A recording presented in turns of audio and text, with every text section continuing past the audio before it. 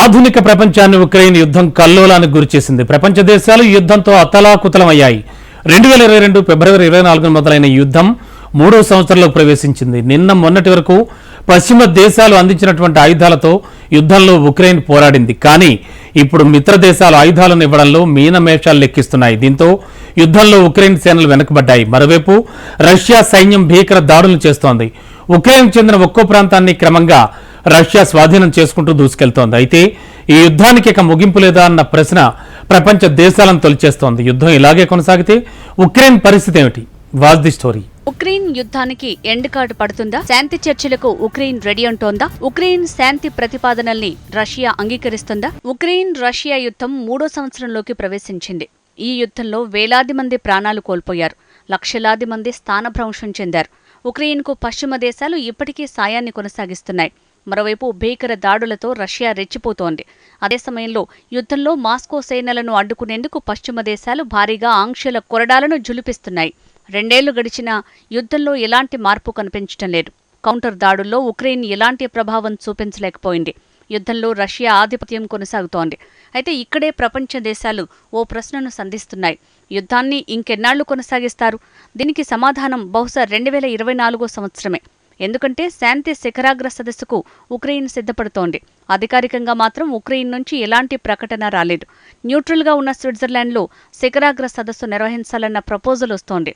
అయితే ఈ సదస్సును ఎప్పుడు నిర్వహించే అవకాశం ఉంది అంటే ఈ సమ్మర్లో. ఈ సదస్సు ఎజెండా ఏంటి అంటే జెలెన్స్కీ పీస్ ప్లాన్. ఇందులో 10 పాయింట్ల ప్రాతిపదిక ఉంటుంది. ఈ 10 పాయింట్లలో 2022 ఫిబ్రవరికి ముందు ఉక్రెయిన్లో ఉన్న భూభాగాలను తిరిగి ఇవ్వాలని జెలెన్స్కీ డిమాండ్ చేస్తున్నారు. రష్యా ట్రూప్స్ ని వెనక్కి తీసుకోవాలన్నది మరో కీలక ప్రతిపాదన. ఆహార, చమురు సరఫరాలతో పాటు అణురక్షణ కల్పించాలని జెలెన్స్కీ కోరుతున్నారు. అంతేకాదు యుద్ధ ఖైదీలను విడుదల చేయాలంటున్నారు. సింపుల్ గా చెప్పాలంటే ఉక్రెయిన్ అధ్యక్షుడు జెలెన్స్కీ రష్యాకు శాంతి ప్రతిపాదన చేస్తున్నారు. శాంతి సదస్సులో పాల్గొనే దేశాలు సంబంధిత న్యాయపత్రాలను సిద్ధం చేస్తాయని జెలెన్స్కీ చెప్తున్నారు. అయితే ఈ న్యాయపత్రాలను రష్యా అంగీకరిస్తుందన్నది దీని అర్థం కాదన్నారు. ఈ శాంతి సదస్సుకు ఎవరు ప్రాతినిధ్యం వహిస్తారు అన్నది ఇప్పటికీ తెలియదన్నారు. అయితే ఇదొక చొరవ మాత్రమేనని, పాల్గొనే దేశాలు మధ్యవర్తిత్వం వహిస్తాయని జెలెన్స్కీ చెప్పారు. ఉక్రెయిన్ న్యాయపత్రాల్ని రష్యాకు అందిస్తామన్నారు. అయితే ఈ ఒక్క శాంతి సదస్సుకే ఉక్రెయిన్ పరిమితం కావటం లేదు. రెండో శాంతి సదస్సుకు కూడా సిద్ధమని తాజా నివేదికలు చెప్తున్నాయి. మొదటి సదస్సులో మాస్కోతో చర్చించిన అనంతరం యుద్ధం ఆపేసిన తర్వాత రెండో సదస్సు ఉంటుందని తెలుస్తోంది. అయితే $1 మిలియన్ ప్రశ్న ఏంటంటే ఈ శాంతి చర్చలకు రష్యా అంగీకరిస్తుందా? జెలెన్స్కీ శాంతి ప్లాన్లోని 10 ప్రతిపాదనల్ని అధ్యక్షుడు వ్లాదిమిర్ పుతిన్ ఆమోదిస్తారా అన్నదే. అయితే ప్రస్తుతానికి జెలెన్స్కీ శాంతి శిఖరాగ్ర సదస్సుపై క్రెమ్లిన్ స్పందించలేదు. అదే సమయంలో రెండో శిఖరాగ్ర సదస్సుకి కూడా సిద్ధమని ఉక్రెయిన్ సూచనప్రాయంగా తెలిపింది. రెండో సదస్సులోనూ శాంతి, యుద్ధం ముగింపునకు సంబంధిత దౌత్య అడుగులు వేస్తామని అధ్యక్షుడు జెలెన్స్కీ చెప్పారు. ఈ సదస్సుకు పలు దేశాలను ఆహ్వానిస్తామని జెలెన్స్కీ వెల్లడించారు. ఈ విషయంలో మరింత ముందడుగు వేయటానికి తాము సిద్ధంగా ఉన్నట్లు స్పష్టం చేశారు. శాంతి సదస్సుకు సంబంధించిన సాంకేతిక అంశాలను పక్కన పెడితే ప్రాథమికంగా రష్యాతో చర్చలకు ఉక్రెయిన్ సిద్ధమవుతోంది. నిజానికి ఇది సానుకూల అంశం. ఉక్రెయిన్ శాంతి ప్రతిపాదనలు చేయటం ఇదే తొలిసారి కాదు. 2022లోనూ శాంతి ఫార్ములాను ఉక్రెయిన్ అధ్యక్షుడు జెలెన్స్కీ ప్రతిపాదించారు. కానీ మాస్కో దానికి అప్పట్లో అంగీకరించలేదు. అప్పటి జెలెన్స్కీ ప్లాన్ అసంబద్ధమైందని క్రెమ్లిన్ తోసిపుచ్చింది. ఈసారి మాత్రం అందుకు భిన్నంగా మాస్కో స్పందిస్తుందా అన్నది తెలియాల్సి ఉంది. అయితే ఉక్రెయిన్ ఇప్పుడే ఎందుకు శాంతి సదస్సుకు రెడీ అని చెప్తోంది? నిజానికి ఉక్రెయిన్కు దారులన్నీ మోసుకుపోతున్నాయి. నిజానికి 2023వ సంవత్సరం ఉక్రెయిన్కు మంచి అవకాశం వచ్చింది. భారీగా పశ్చిమ దేశాలు ఆయుధాలను ఇచ్చాయి. కానీ రష్యాపై ఎదురుదాడుల్లో ఉక్రెయిన్ విఫలమైంది. మరోవైపు మిత్రదేశాల నుంచి సాయం నిలిచిపోతోంది. $6,000 కోట్ల ఆయుధ సాయాన్ని అమెరికా నిలిపేసింది. అదే సమయంలో ఉక్రెయిన్కు చెందిన మరిన్ని భూభాగాలను రష్యా సైన్యం స్వాధీనం చేసుకుంటున్నాయి. గతేడాది డాన్బాస్లోని కీలకమైన బఖ్ముత్ నగరాన్ని మాస్కో సేనలు స్వాధీనం చేసుకున్నాయి.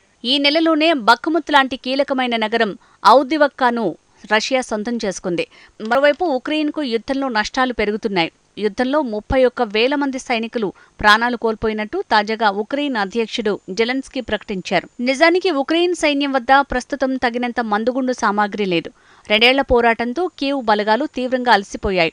ఈ నేపథ్యంలో శాంతి ప్రతిపాదనలకు జెలెన్స్కీ మొగ్గు చూపుతున్నారు. నిజానికి మొదటి నుంచి ఉక్రెయిన్ యుద్ధానికి పశ్చిమ దేశాలు వ్యూహాలు, ఆయుధాలతో మద్దతిచ్చాయి. కానీ 2 ఏళ్ల తర్వాత సాయంపై అమెరికా, మిత్రదేశాలు పునరాలోచనల్లో పడ్డాయి. తాజాగా పశ్చిమ దేశాలకు చెందిన నేతలు ఉక్రెయిన్కి వచ్చారు. ఆ దేశానికి అండగా ఉంటామని హామీ ఇచ్చారు. కానీ వారు నిధులను మాత్రం ప్రకటించలేదు. సాయం నిలిచిపోవడంతో పాటు F-16 ఫైటర్ జెట్లు ఇప్పటికీ ఉక్రెయిన్కు అందలేదు. ఈ నేపథ్యంలో జెలెన్స్కీ ముందు కేవలం 3 ఆప్షన్లున్నాయి. ఆప్షన్ 1 యుద్ధాన్ని కొనసాగించి మరిన్ని నష్టాలను మూటగట్టుకోవటం. రెండో ఆప్షన్ ఓటమిని అంగీకరించటం. మూడో ఆప్షన్ శాంతి ప్రతిపాదనలతో దేశాన్ని కాపాడుకోవటం. తాజా పరిణామాల నేపథ్యంలో మూడో ఆప్షన్ని జెలెన్స్కీ ఎంచుకున్నారు. కానీ ఇప్పుడు బాల్ రష్యా చేతిలో ఉంది. ఇప్పుడు యుద్ధంలో రష్యా పైచేయి సాధించింది. మాస్కో సైన్యం దాడులు తీవ్రతరం చేసింది. మరిన్ని ఉక్రెయిన్ నగరాలను క్రెమ్లిన్ బలగాలు సొంతం చేసుకుంటున్నాయి. భారీగా సైన్యం, ఆయుధాలు అందుబాటులో ఉన్నాయి. ఈ తరుణంలో రష్యా పీస్ డీల్కి ఎందుకు అంగీకరిస్తుంది? ఉక్రెయిన్ అధ్యక్షుడు జెలెన్స్కీ శాంతి ప్రణాళికల్ని చర్చించడానికి జెనీవా సమావేశం కోరుతున్నట్టు రష్యా విమర్శించింది. ఇది విచిత్రమైన నిర్ణయం. రష్యా భాగస్వామ్యం లేకుండా శాంతి ప్రణాళికలు ఏమాత్రం సాధ్యం కాదని మాస్కో తాజాగా తెలిపింది. ఉక్రెయిన్ శాంతి ప్రణాళిక పనికి మారినదని, నవ్వు తెప్పిస్తోందని క్రెమ్లిన్ ఎద్దేవా చేసింది.